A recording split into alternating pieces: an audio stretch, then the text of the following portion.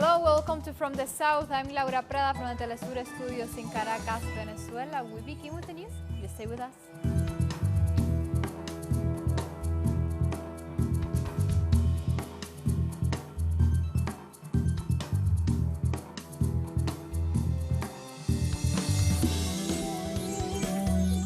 Communities across the United States have come together to protect themselves from raids by Immigration and Customs Enforcement, commonly known as ICE. ICE planned massive raids in 10 major cities across the country, sparking a wave of solidarity as communities pulled together to offer safe spaces. The raids have been set to target newly settled migrant families, but advocacy groups and activists have been vigilant. They have warned migrants not to open their doors to ICE if they don't have the right warrant, and suggested that all interactions with ICE agents be recorded. Ahead of the raids, the mayor of Chicago, Lori Lightfoot, took the decision to permanently ban ICE from accessing police databases. Mayor Lightfoot added that police in the city would not cooperate with ICE to detain residents.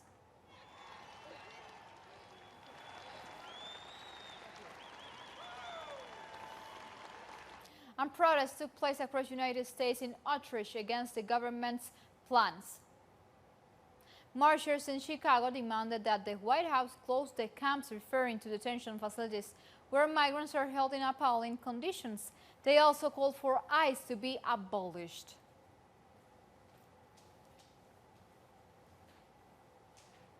And families demonstrated outside a migrant detention camp center in Florida last night, where nearly 25% of the population identified as having Latino heritage and face a greater risk from racist U.S. policies.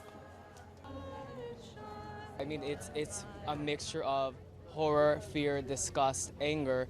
You have such a large Latino community in Miami, and we are directly affected by what is going on in these camps right now. It's right outside our front doors, and it's happening across the nation. We have ICE that is coordinating to honestly separate families and ruin the futures of these families, of these children. And the names of migrant children who have already died in United States custody were read out during a protest against the Trump administration immigration policy at a protest in New York earlier this month.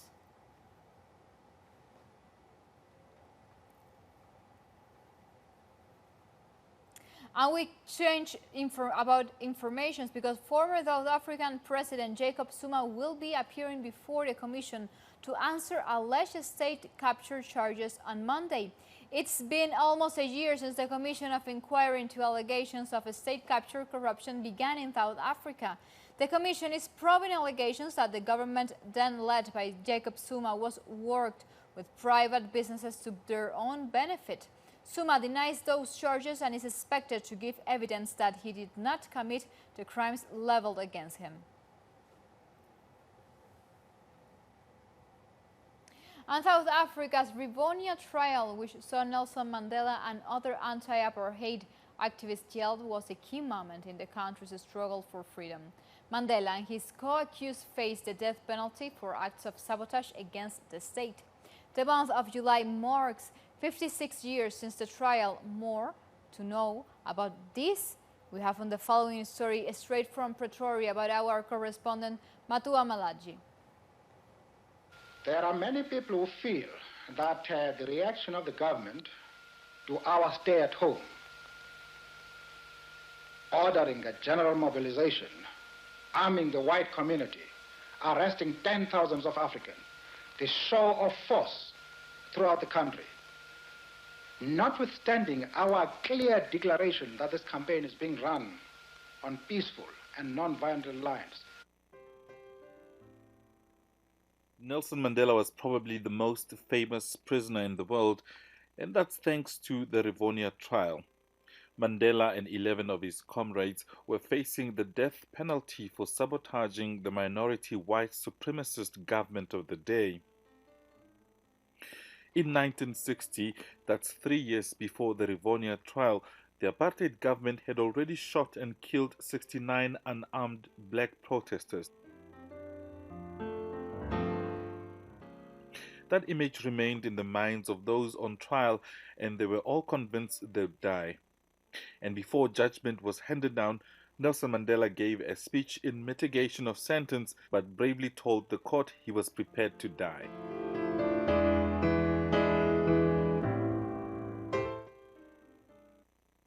I have cherished the idea of a democratic and free society in which all persons will live together in harmony and with equal opportunities. It is an idea for which I hope to live for and to see realized. But my Lord, if it needs be, it is an ideal for which I am prepared to die. The presiding judge instead gave the men life sentences, and they would all be sent to Robben Island. It was now 1964 when the fight against the unjust apartheid laws took a turn for the worst. The white minority rule would thrive for another 3 decades. Matuba Mahlachi, Telesur, Pretoria. Impressive history. And from South Africa, we move now to the Caribbean, specifically to Puerto Rico, where Puerto Ricans have gathered outside the governor's residence, La Fortaleza, in the capital, San Juan, to demand the resignation of the governor, Ricardo Rosselló. The protest comes after an extensive chat between government officials on the messaging app Telegram have been leaked. In the 12-member group chat, almost 900 conversations exploited, and top Puerto Rican officials, including former and current ones, mocked about the victims of Hurricanes Maria, discussed public policies, shared of confidential government information, and talked about political campaign work. They also exchanged misogynistic and homophobic comments and made fun of independentist dead leaders. Despite the scandal and the protest of the people in Puerto Rico, Rosselló says he doesn't plan to resign.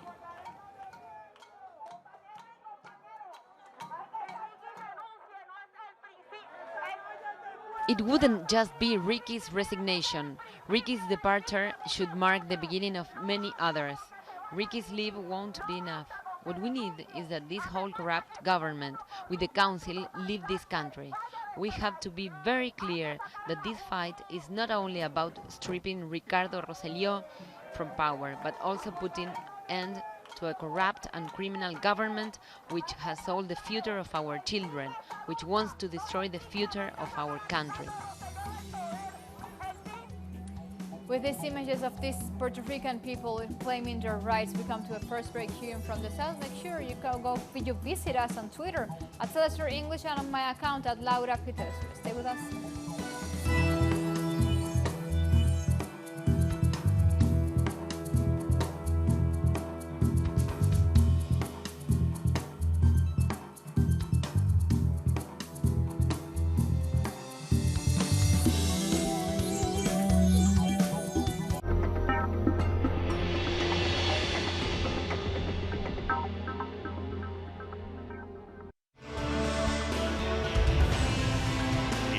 Infested by inequalities, abuse of power, and injustice. The American journalist Abby Martin covers the struggle for fundamental rights worldwide, deepening into the search of files which uncover the empire's strategies through our screen and web platform in English. The Empire Files with Abby Martin. Tuesday, only on Telesur.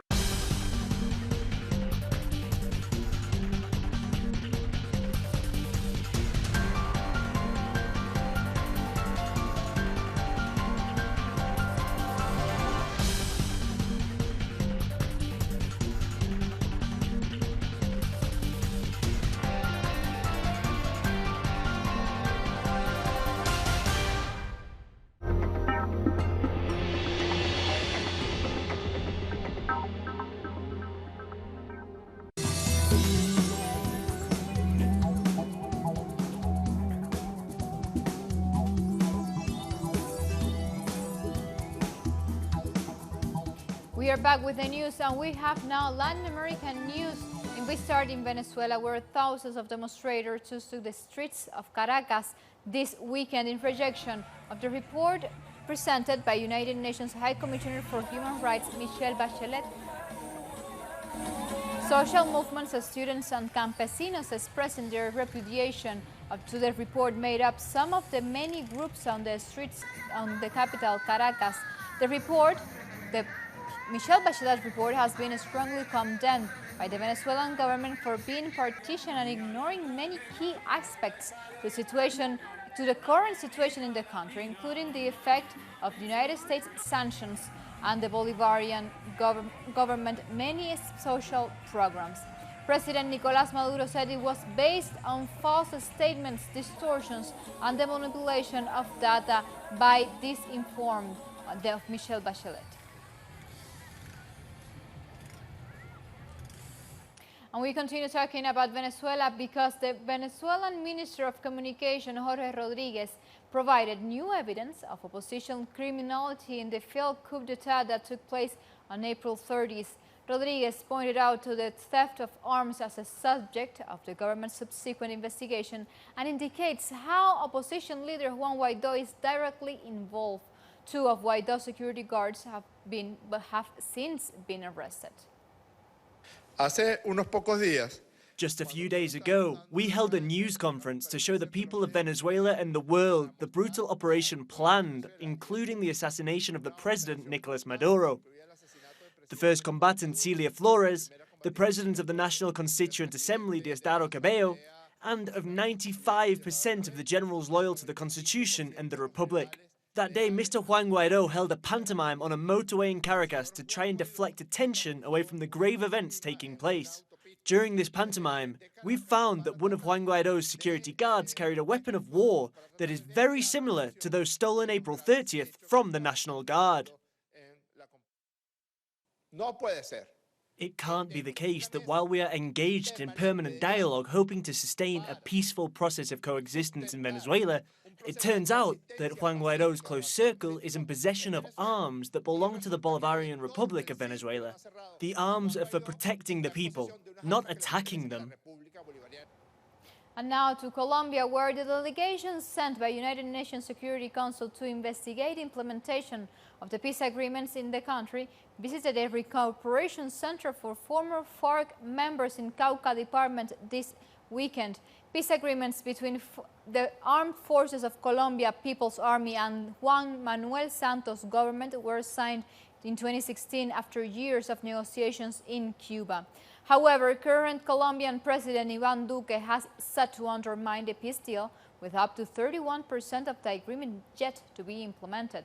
And at least 140 FARC members have been murdered since agreements were signed. The Security Council is set to deliver its report later in the end of the month of July. And during the Security Council's visit to Colombia, President Iván Duque said he will ask them to accompany the peace process for one more year. Why is this? Which is the story behind this? Well, we show you next. President Iván Duque met with delegates of the UN Security Council, where he expressed his commitment for the peace process. Today I delivered a letter to the President of the UN Security, reaffirming that we want the mission to be here for one more year, because we consider that their work is vital to the process of reincorporation. During the statement, the UN Security Council delegate expressed grave concern about the assassination of social leaders and former combatants. We will meet with the communities and reincorporation centers. This will give the Security Council an opportunity to see how the components of the peace accord are being applied and what are the questions and concerns of those that live there. The Security Council also met with members of different political parties, among them the FARC. After the meeting, the Congressman Marcos Calarca said President Duque's alleged commitment to the peace accords was a lie. The murders continue. Now there are 2 every day, and there are no results from the investigations, which is important. But what is even more critical is avoiding murders. The government is saying there are results in 60% of cases, but that is a lie.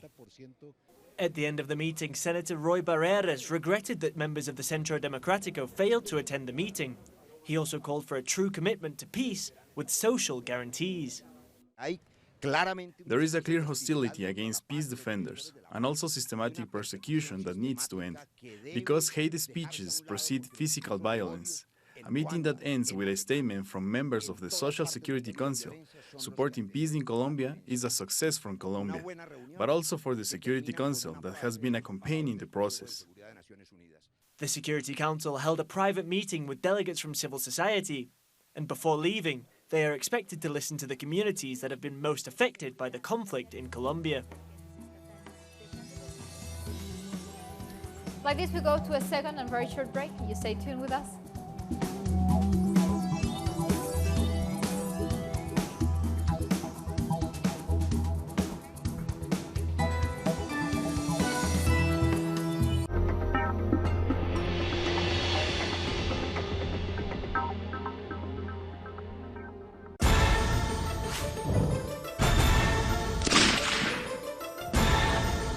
Who's moving the Jasmine? What interests motivate the actors behind each event? Se despliega el tablero. Uncritical Moves investigates every event from Monday to Friday. Only on Telesur.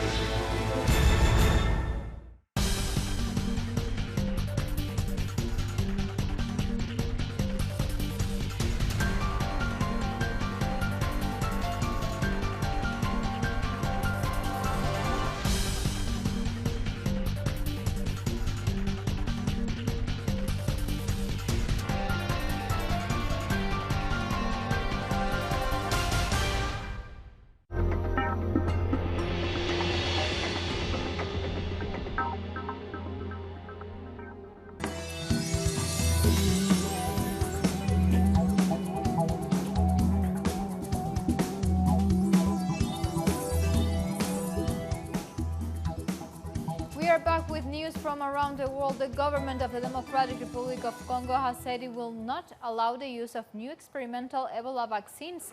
The Ministry of Health said due to lack of sufficient information on the efficacy and safety of this new vaccine, the new vaccine trials will be permitted.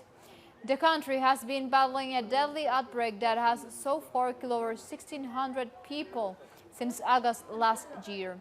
Efforts to contain the disease have been hampered by lack of willingness by local people to be vaccinated.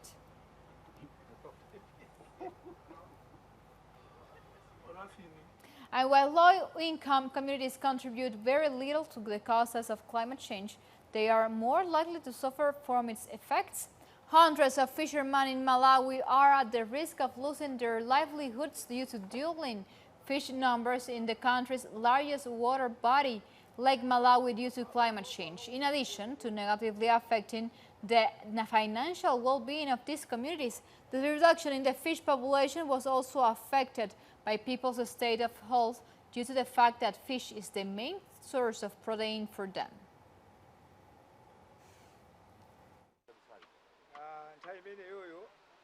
It was easy to catch fish in the past, but these days people find it difficult. They can go fishing in the evening and return in the morning with only 2 tins of fish. Fish is now scarce. These days the rain pattern has changed. Rains cause different forms of damage, yet in the past we had good rains. This is an indication of climate change.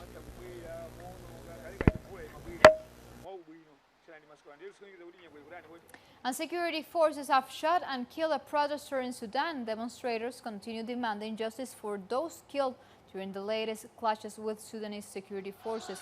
The Military Council and civilian opposition are still discussing the financial details of a power-sharing agreement ahead of elections after former President Omar al-Bashir was toppled in a coup following weeks of mass protests. More protesters are reported to have been wounded and hospitalized after this incident.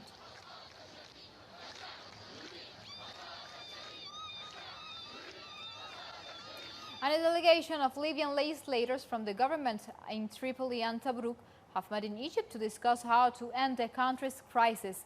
The first round of talks are set to continue until Monday with the objective of stabilizing the situation in the North African country. Our correspondent in Cairo, in Egypt, Nayara Tardo, has the details for us. Welcome, Nayara. Tell us.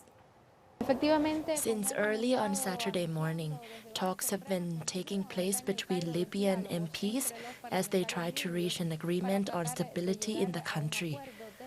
Almost 80 MPs have been meeting behind closed doors. The spokesperson for the Libyan parliament told the press that the objective of the meeting was to unify the political visions in Libya to find a definitive solution to the conflict. According to the latest report by the World Health Organization in Tripoli, the conflict has claimed the lives of 1,050 people and more than 5,000 have been injured. The Libyan spokesperson also said that this meeting is taking place here in Egypt because it is the country that is representing the African Union this year. Let's recall that in 2019, Egypt took charge of the presidency of the regional body. These meetings will come to an end on Monday with a final declaration delivered by Libyan representatives on the results of these meetings. The MPs have confirmed that this is the first step in a series of meetings and trying to reach a definitive agreement for peace. Thank you, Nayara. And now we move on from topic. Protesters in Arab Jerusalem are rallying against the forced eviction of a Palestinian family. Security forces removed the family on Wednesday as Israel seeks to facilitate more Jewish settlers in Palestinian neighborhoods. Forced evictions are often a rallying point for those calling an end to Israeli occupation of Palestine. We're staying here. We will not give up. We will keep going our life, but we will not just stop now in this step and just to say we are surrendered. And a 10-year-old child was shot in the head by Israeli security forces in the occupied West Bank town of Kfar Kadum on Friday. Israeli forces used live ammunition to repress Palestinians protesting against the closure of the town's main road. At least 290 Palestinians were killed by Israeli forces in 2018, with Israeli human rights groups Bethel Salem saying the figure is the result of Israel's reckless open-fire policy. The Palestinian Health Ministry have said that the child is in critical conditions. And in other kind of information, in a speech that contradicts his campaign promises about environmental protection, Indonesia's recently re-elected President Joko Widodo says foreign investment is essential to create more employment opportunities, like you hear it. President Widodo pledged to open up investment opportunities by reforming the country's rigid bureaucracy, which often scares away foreign capital.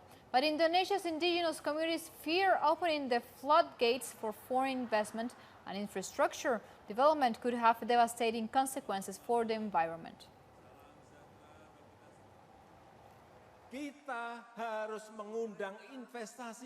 We should welcome all sorts of investment as much as possible.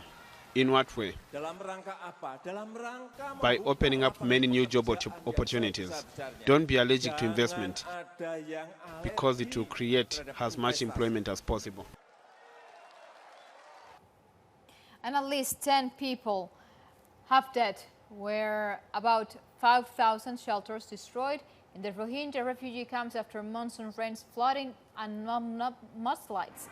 The Rohingya refugee camps at Southeast Bangladesh are home of nearly 1 million refugees who fled military persecution in Myanmar. More than 200 rain-triggered mudslides have been reported since April in the overcrowded camps near the Bangladesh-Myanmar border, which have recently received almost 60 centimeters of rain since July 2nd.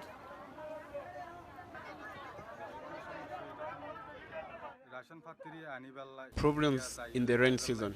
We face problems to get food. The kids are suffering from disease.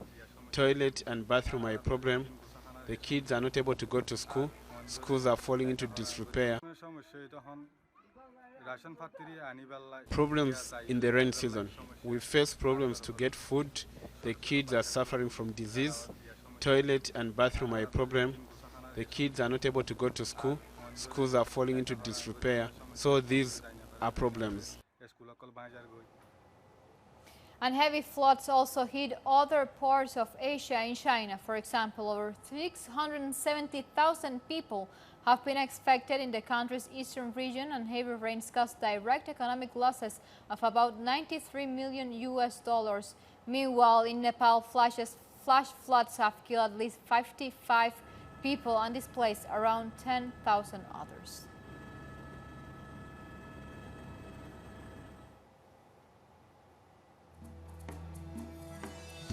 Like this, we come to the end of this brief. Remember, you can visit our website, as you are seeing it, celesterenglish.net, where you can read opinion article, watch special interviews, and find so much more other information and materials produced especially for you.